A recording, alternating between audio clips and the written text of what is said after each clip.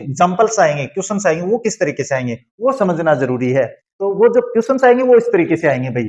ज्यादा क्वेश्चंस नहीं बनाए हैं, क्यों? क्योंकि इसलिए नहीं बनाए हैं क्योंकि अपनी क्लास है वो काफी बड़ी हो जाएगी। इसका तो मैटर बस यही था कि आपको सबऑर्डिनेटिंग कंजक्शंस यानी लिंकिंग डिवाइसेस समझाना था। अब जो क्वेश्चंस है उनकी बात कर लेते हैं। क्वेश्चंस ऐसे ही आएंगे, कोई ज्यादा टफ नहीं है, मैं समझा देता हूँ किस तरीके से। देखो स्पेस पहले, अब देखो यहाँ पे ये स्पेस दिया हुआ है, she had paid all the bills. उसके बाद है the system solved some due payments. हाँ, उसने बिल पे कर दिए लेकिन सिस्टम में अभी ड्यू पेमेंट है वो दिखा रहा है। इसका मतलब विपरीतार्थक कार्य हुआ है, और विपरीतार्थक कार्य के लिए आप किसका प्रयोग करोगे? तो वाक्य के प्रारंभ में केवल अपने पास अभी पढ़ के आए हैं दो का प्रयोग करते हैं, येट और बट है, इनका प्रयोग अपन वाक्य के बीच में करते हैं मोस्टली। और बात करें अपने सबऑर्डिनेटिंग कंजक्शंस पढ़े तो इसमें आपके पास क्या है, दो का प्रयोग करेंगे। क्यों करेंगे? क्योंकि दो का प्रयोग है वो वाक्य के बीच में और शुरू में हो सकता है। Though she paid all the bills, यद्यपि उसने सारे बिल चुका दिए। The system solved some due payments, फिर भी पेमेंट दिखाया गया बकाया, किसमें? अपने सिस्टम में। इस तरीके से अपने, अब आप कहोगे सर येट का और बट का प्रयोग भी तो बताए थे। बिल्कुल हो सकता है यहाँ पे भी, लेकिन इस वाक्य को लिखने का तरीका थोड़ा सा हो जाएगा, वो हो जाएगा ये बीच में स्पेस है वो आएगा, तो अपन इन तीनों का प्रयोग कर सकते हैं फिर वहां पे। तो कहने का मतलब है ऐसे कंफ्यूजन वाले नहीं आएंगे, ये तो मैंने आप लोगों को बताने के लिए ऑप्शंस दिए हैं ऐसे, ये ध्यान में रखना।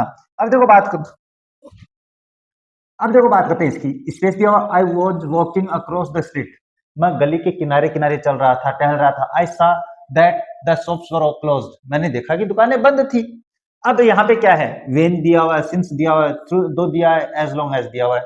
तो इसका मतलब है कब की बात कर रहा है, वो समय की बात कर रहा है। ये समय के लिए आता है, लेकिन इस तरीके से नहीं आता जिस तरीके से वाक्य दिया हुआ है। अपने पास दो, ये विपरीतार्थक कार्य के लिए आता है, और एज लॉन्ग एज जो है वो शर्त के लिए आता है। तो बच गया क्या, वेन। तो आपका ऑप्शन हो जाएगा when I was walking across the street, जब मैं गली के किनारे टहल रहा था मैंने देखा कि दुकानें बंद थी। तो आपके पास आ जाएगा वेन का प्रयोग। सिंस का प्रयोग नहीं आएगा, जब से होता है, इसका मतलब जब से, समय एक बिंदु दिखाता है वो होता है सिंस, इसलिए यानी जब से ऐसा हुआ है तब से ऐसा हो रहा है, वो मैंने अभी समझाया थोड़ी देर पहले। हाँ, अब बात करते हैं, देखो इसकी स्पेस दिया हुआ है, she finishes the work given, she can not go home, यानी वो कार्य समाप्त करती है, she can not go home, वो घर नहीं जा सकती। इसका मतलब शर्त रख रहा है कि नहीं रख रहा? और शर्त भी कैसे है कि जब तक कि वो ऐसा नहीं करती है तब तक वो ऐसा नहीं कर सकती। इसका मतलब शर्त है, और शर्त के लिए अनटिल का प्रयोग नहीं, ये तो समय के लिए होता है। एक ये होता है और एक एज सुन एज है, ये अपने पास समय के लिए होता है। तो इफ का प्रयोग करेंगे कि नहीं करेंगे? If she finishes the work given, अगर दिए गए काम को वो कर लेती है, she can not go home, तो वो घर नहीं जा सकती। तो शर्त थोड़ी ना हुई, ये इफ से नहीं बन सकता। फिर इसका मतलब इससे बनेगा, क्या बनेगा? अनलेस। अनलेस का मतलब जब तक कि वो अपना कार्य समाप्त नहीं करती है दिया गया, वो घर नहीं जा सकती है। तो इस शर्त के लिए आपको निगेटिव भाव बताने के लिए कि ऐसा नहीं कर सकती है, जब तक कि ऐसा नहीं करती है तब तक के लिए उसको आपको अनलेस का प्रयोग करना है। इफ का प्रयोग आपको सिंपल कंडीशन में करना है, अगर तुम ऐसा करते हो तो ऐसा हो जाएगा। इसमें हो नहीं रहा है, इसमें ऐसा कर नहीं सकता है, तो इसके लिए आपको अनलेस का प्रयोग करना है। इसकी बात करें, ही एग्रीड टू हेल्प मी, वह मुझसे सहमत हो गया मेरी सहायता करने के लिए। ही वॉज टायर्ड, वो थका हुआ था। अब देखो, वो एग्री सहमत हो गया और वो थका हुआ था, विपरीत कार्य है कि नहीं? तो क्या है, दो, एज इफ, एज और ऑल दो। अब इन दोनों का प्रयोग विपरीतार्थ कार्य के लिए होता है, इसका प्रयोग नहीं होता, इसका नहीं होता है। इसका तो अपन ने ऐसे कहते हैं ना, कल्पना कोरी कल्पना के लिए होता है, इसका समय के लिए, कंपैरिजन के लिए, तुलना कारण के लिए होता है। अब बात करते हैं इन दोनों का प्रयोग। तो मैंने बताया कि वाक्य के बीच में दो का प्रयोग नहीं होता है, तो क्या हो जाएगा, यहाँ पे दो का प्रयोग कर देंगे। हाँ, ही एग्रीड टू हेल्प मी, वो मेरी सहायता करने के लिए तैयार हो गया यद्यपि वह थका हुआ था। फिर इसका मतलब ये होता है। अब बात करते हैं इसकी, इट स्टार्टेड टू रेन, बारिश शुरू हो गई। वी लेफ्ट द हाउस, हम घर से निकले। As, until, as long as, till, तो इसका मतलब क्या होगा? एज लॉन्ग एज है वो समय को तो नहीं दर्शाता, वो शर्त को दर्शाता है भाई।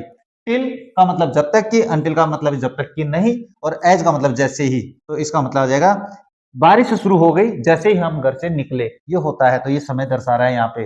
मुझे नहीं लगता अब इसमें ज्यादा समस्या है कोई, अगर आप कहोगे तो और ले आऊंगा क्लास। अब देखो बात करते हैं नेक्स्ट। नेक्स्ट भी आप लोगों के पास क्वेश्चन से बड़े इंपॉर्टेंट है। स्पेस दिया हुआ है, she goes, C always bye something. अब वो जाती है और हमेशा कुछ न कुछ खरीदती है, इसका मतलब है। तो एक तो होता है वेन, एक वेर एवर और वेन एवर और वाइल। अब सब, जब कभी वो जाती है तो वो हमेशा कुछ न कुछ खरीदती है। अब यहाँ पे आपके पास क्या है, जब का प्रयोग मैं अभी बता रहा हूं, पहले इसमें बता देता हूँ क्या आएगा। इसमें आएगा वेन एवर, वेन एवर का मतलब होता है जब कभी वह जाती है, वह हमेशा कुछ न कुछ खरीदती है। अब यहाँ पे आप वेन का प्रयोग कर सकते हो, बिल्कुल कर सकते हो। वेन सी गोज, जब वह जाती है वह हमेशा कुछ न कुछ खरीदती है, तो ये भी कर सकते हो। ऐसा कंफ्यूजन करने वाला नहीं आएगा, ये तो मैं आप लोगों को जब कभी के भाव को ये बता रहा हूँ कि उसकी जगह अपन इसका प्रयोग कर सकते हैं। बस उसका अर्थ आएगा जब कभी वो ऐसा करती है तो ऐसा करती है। इसके अलावा जब वह जाती है तो इसका मतलब जब है वो जब कभी है, और कोई अंतर नहीं है। अब देखो इसमें बात करते हैं। Additional investment is required space we can achieve this goal. हमें कुछ एक्स्ट्रा इन्वेस्टमेंट की आवश्यकता है, we can achieve this goal, हम ये लक्ष्य प्राप्त कर सकते हैं। So that, therefore, but, so, कौन सा करोगे कि हमें कुछ एक्स्ट्रा रिक्वायर्ड है किसकी, इन्वेस्टमेंट की। सो दैट का प्रयोग भी कर सकते हैं।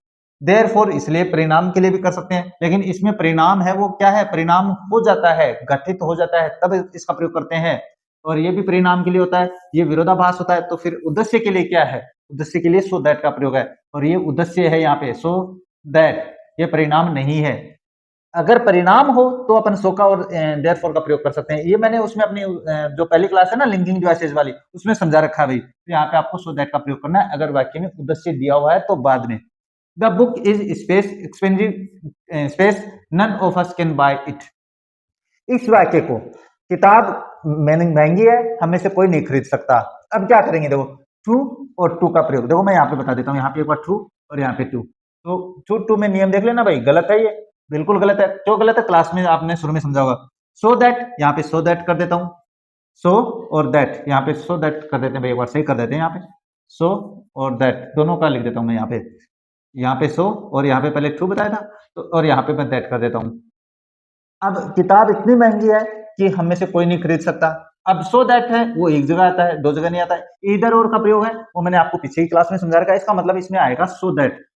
क्यों, क्योंकि अपने पास बाद वाला वाक्य कंप्लीट दे रखा है। अगर बाद वाले वाक्य में यहाँ पे ये नहीं दिया हुआ होता, ये नहीं दिया हुआ होता, तो फिर आपके पास यहाँ पे टू का प्रयोग होता है। इसीलिए मैंने दो एग्जाम्पल है थोड़ी देर पहले समझाए आप लोगों को, दोनों एग्जाम्पल एक साथ। अब बात करते देखो इसकी।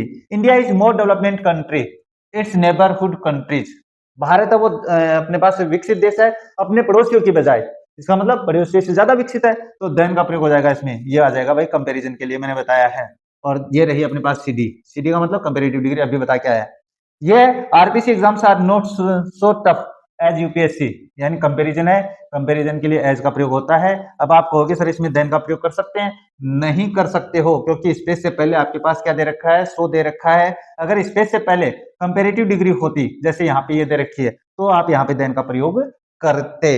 इस तरीके से आप अपने क्या है ऑप्शन है उनकी पहचान कर सकते हो। और आज की क्लास में बस इतना ही, अपन ने उस फंडे को कायम रखा है, एक टॉपिक और एक क्लास। आज की इस क्लास में हमने सबऑर्डिनेटिंग कंजक्शंस है उनको कंप्लीट कर लिया, उनसे वाक्य कैसे जोड़े जाते हैं और आपके एग्जांपल से वो कैसे आने की संभावना है वो मैंने आप लोगों को बता दिया है। तो मिलते हैं आप लोगों से आगे इसी फंडे पे आधारित क्लास लेकर, जिसमें हम पढ़ेंगे एक नया टॉपिक एक ही क्लास में। तब तक देखते रहिए हमारा चैनल। जय हिंद, जय भारत।